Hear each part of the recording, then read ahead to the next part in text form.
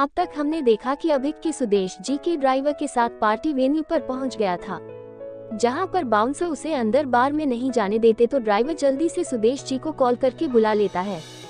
सुदेश जी और उस बार का मालिक दोनों आकर उन दोनों बाउंसर को काफी लातार लगते हैं और खुद भी अभिक से माफी मांगते हैं, लेकिन अभिक उन दोनों बाउंसर को ही देखता रहा था तो वह दोनों भी अभिक से माफी मांगने लगते हैं। अब आगे अभिक उन बाउंसर को माफी मांगता देखकर कुछ देर शांत रहकर उन दोनों से कहता है, क्या तुम लोग हमेशा ही ऐसा करते हो?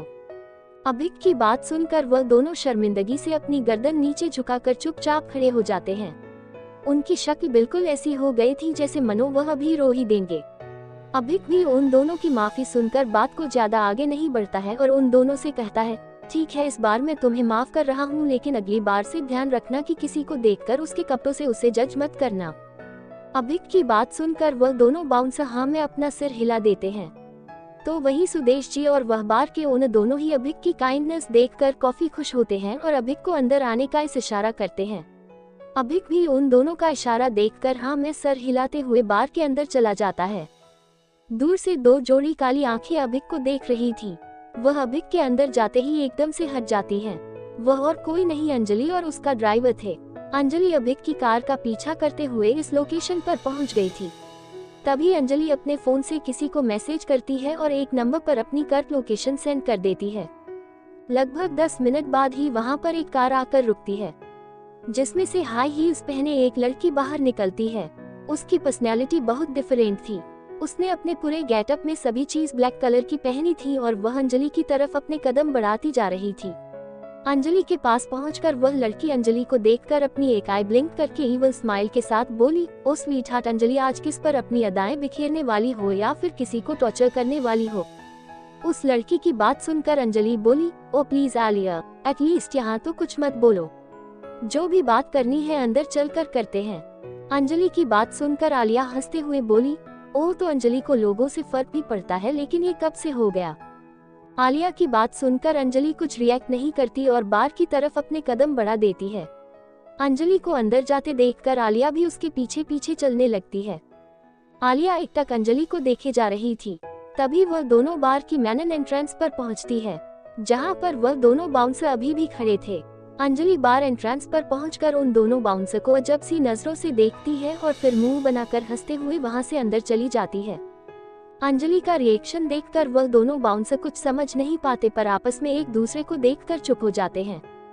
बार के अंदर जाकर अंजलि नजरें इधर उधर घूमने लगती है और वह किसी को ढूंढने लगती है। तभी उसकी नजरें एक कोने में बैठे अभिक पर जाती हैं, जो कि एक बड़े से किंग साइज सोफे पर बैठा था और उसके ठीक सामने वाले सोफे पर सुदेश जी, बार के ओनर और सुदेश जी के कुछ दोस्त भी बैठे थे। वह लोग अभिक से कुछ बातें कर रहे थे। अंजलि जैसे ही अभिक को वहां बैठा हुआ देखती है तो उसके चेहरे पर एक सार्कास्टिक स्माइल आ जाती है और वह एक नजर आलिया को देखकर उसे खींचते हुए अपने साथ ले जाती है। अंजलि आलिया को खींचकर वॉशरूम एरिया की तरफ ले जाती है और वह वॉशरूम में पहुंचकर चेक करती है कि कोई है तो नहीं, और फिर सारे वॉशरूम में भी चेक करती है कि कोई ऐसा तो नहीं है जो उनकी बात सुन लेगा। तो वही अंजलि का ऐसा बिहेवियर देखकर आलिया अजीब सी टोन में अंजलि से बोली, Anjali, what are you doing and why did you bring me here? Alia की बात सुनकर अंजलि आलिया को चुप रहने का इशारा करते हुए रिक्वेस्ट भरे अंदाज में बोली, oh please Alia, can't you be quiet for 2 minutes?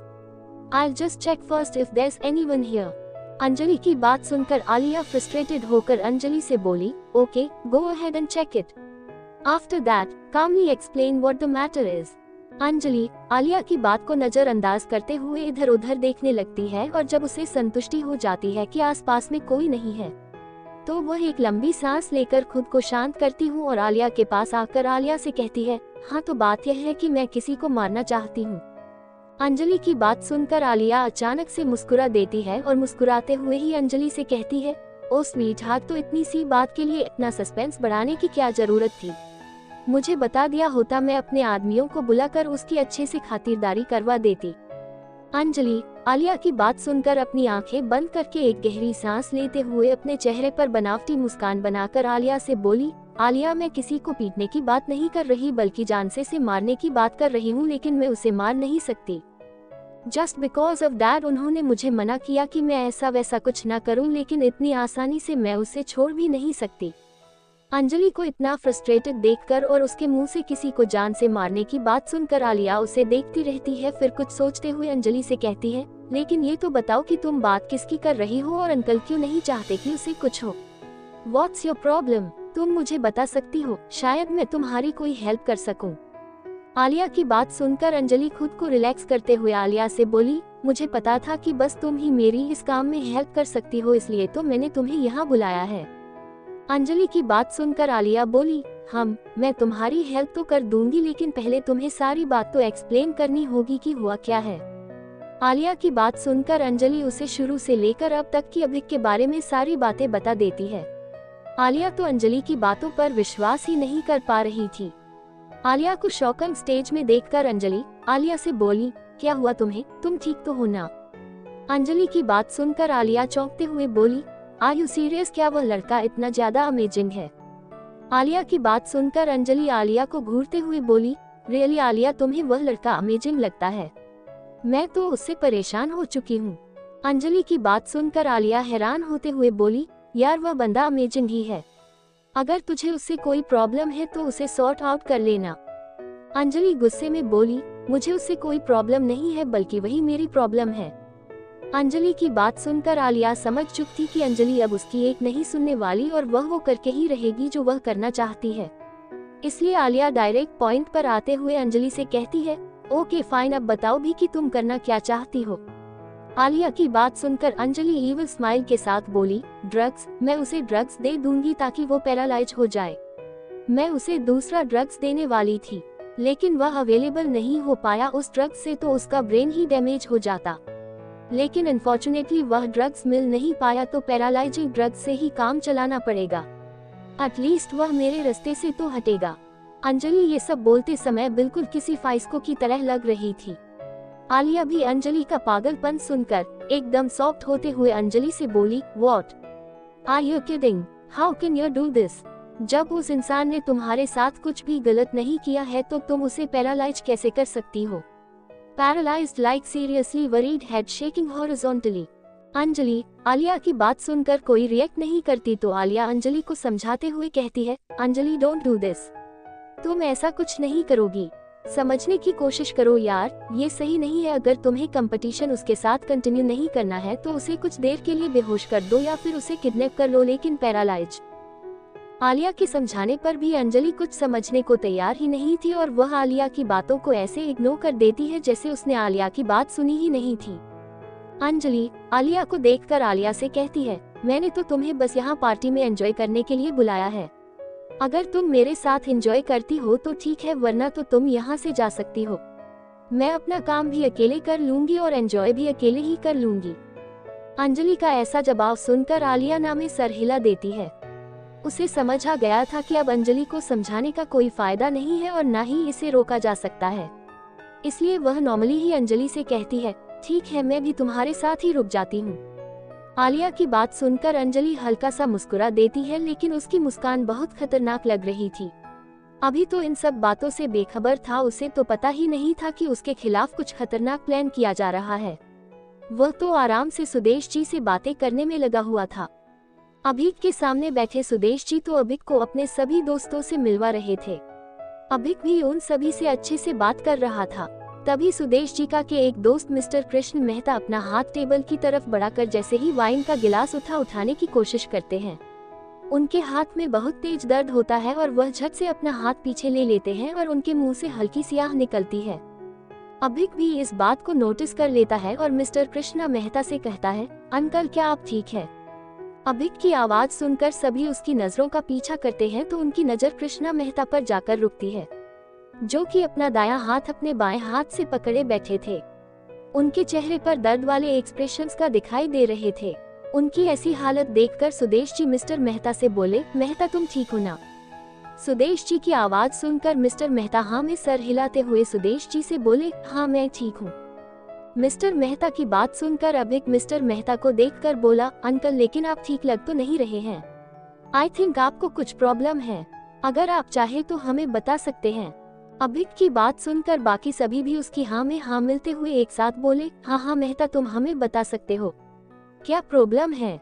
सभी के इतना कहने पर मिस्टर मेहता एक लंबी सांस लेकर सभी को बताना शुरू करते हैं, वह दरअसल मेरे इस हाथ में बचपन में खेलने के दौरान चोट लगी थी और वह चोट तब तो ठीक हो गई थी, लेकिन पता नहीं पिछले कुछ महीनों से अचानक से उभर आई है। कुछ काम करते में अचानक ही दर्द हो जाता है और फिर यह हाथ लगभग घंटे भर तक काम नहीं करता है और अभी भी यही हुआ है। मिस्टर मेहता की बात सुनकर सभी लोग उन्हें हैरानी से देखने लगते हैं। तो वहीं अभिक अपने मन में कुछ सोच रहा था।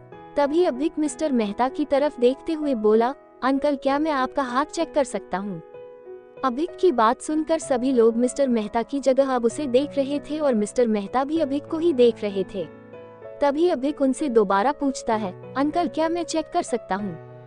अभिक की दोबारा आवाज सुनकर मिस्टर मेहता भी हाँ में गर्दन हिला देते हैं और अभिक भी मिस्टर मेहता को हाँ करते देखकर अपनी जगह से उठकर मिस्टर मेहता के पास आ जाता है और उनके हाथ को पकड़कर देखने लगता है।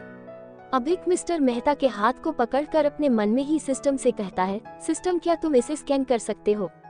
अभिक के ऑर्डर को सुनकर सिस्टम तुरंत ही रिस्पांस देते हुए कहता है, यस होस्ट। इतना कहते ही सिस्टम मिस्टर मेहता के हाथ को स्कैन करना शुरू कर देता है। कुछ ही सेकंड के बाद अभिक के पास सिस्टम की नोटिफिकेशन आती है, होस्ट स्कैनिंग पूरी हुई। इन्हें ऑस्टियोआर्थराइटिस गठिया का एक प्रकार है जो धीरे धीरे विकसित होता है और कंधे में दर्द और अकड़न पैदा कर सकता है, खासकर मध्यम आयु के दौरान। यह अक्सर घिसाव और टूट फूट के कारण होता है, लेकिन ये खेल या काम के दौरान लगी चोटों से भी संबंधित हो सकता है। सिस्टम की बात सुनकर अभिक कुछ सोचने लगता है। उसने अपने औषधि वाले ग्रंथ में इस बीमारी के बारे में पढ़ा था, इसलिए वह मिस्टर मेहता की कंडीशन को समझ पा रहा था और वह मिस्टर मेहता की कंधे को अच्छे से देखकर मिस्टर मेहता से बोल, अंकल अगर मैं सही हूँ तो इससे आपके कंधे में अकड़न पैदा होती है और शायद जब बचपन में आपको चोट लगी थी तब आप गिरे थे, जिस कारण आपके कंधे पर घिसाव हो गया था और आपके कंधे की हड्डी पर भी चोट आई थी। अभिक की बात सुनकर मिस्टर मेहता उसे देखते ही रह जाते हैं और अचानक से ही अपना सिर हिलाते हुए कहते हैं, हाँ लेकिन ये सब तुम्हें कैसे पता? उसे टाइम तो तुम्हें दुनिया में भी नहीं होंगे, तो फिर तुम ये सब कैसे जानते हो? मिस्टर मेहता के सवाल पर अभिक बस हल्का सा मुस्कुरा देता है। तो वहीं अभिक और मिस्टर मेहता के बीच की कन्वर्सेशन सुनकर बाकी सभी लोग उन दोनों को हैरानी से देखते रहते हैं। अब क्या होगा आगे? क्या जवाब देगा अभिक मिस्टर मेहता के सवाल का और क्या अभिक मिस्टर मेहता को ठीक कर पाएगा?